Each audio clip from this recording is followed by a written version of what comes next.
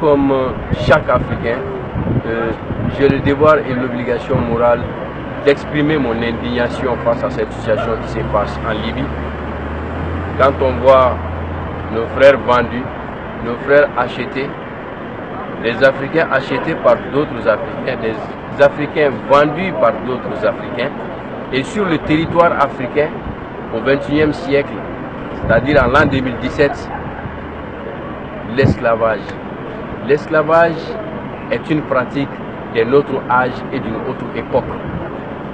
C'est une pratique de notre âge et d'une autre époque. On doit bannir l'esclavage. On doit condamner cette pratique. Et cette pratique mérite d'être dénoncée au siège de l'Union africaine et au siège de l'ONU. Il faut reconnaître qu'aujourd'hui, il n'y a pas d'État en Libye. La Libye, c'est comme la jungle. Je l'ai dit dans une chanson qui s'appelle La tête de Kadhafi. La Libye est en proie, car il y a trop de rois. C'est-à-dire que c'est une terre de non-droit où n'importe qui fait la loi. Donc on a tué Kadhafi ici sous le regard passif de tous les chefs d'État africains, de l'ensemble du peuple africain. Il faut comprendre en plus que l'esclavage existe et ça continue d'exister sur notre continent. Allez-y en Mauritanie, vous allez voir des esclaves. Les gens sont manipulés, les gens sont endoctrinés.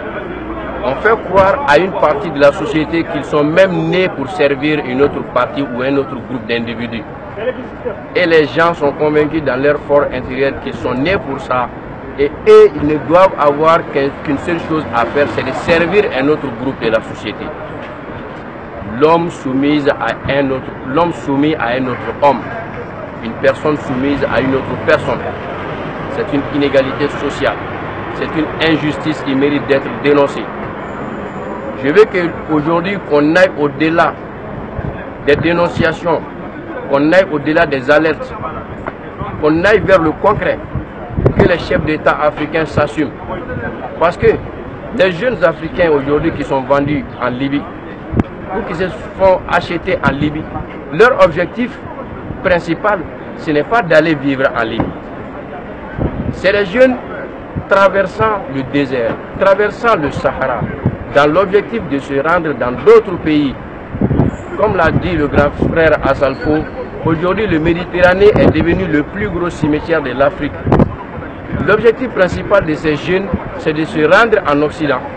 Ils sont à la recherche d'une vie meilleure. Parce que tout simplement, nos chefs d'État africains manquent de perspectives d'emploi pour la jeunesse. Ils manquent de vision pour la jeunesse africaine. Ils manquent de vision pour le peuple africain. Donc, moi je dis tout simplement, stop à cette pratique. Stop à l'esclavage. Aujourd'hui, nous devons tous aller au-delà. Au-delà de nos petits conforts.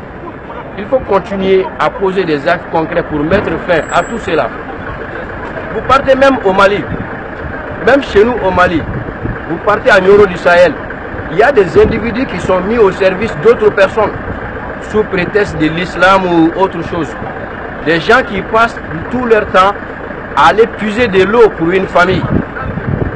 Ça se passe devant nous. Il faut que ça cesse. Nul ne doit être soumis à une autre personne, sous prétexte de l'islam ou autre chose. C'est de l'esclavage, c'est de l'injustice et de l'inégalité sociale. Nous avons hiérarchisé notre société. La société ne doit pas être hiérarchisée. Tout le monde doit être libre et égaux devant la loi, devant les principes de la République, mais personne ne doit être soumis à une autre personne. Merci.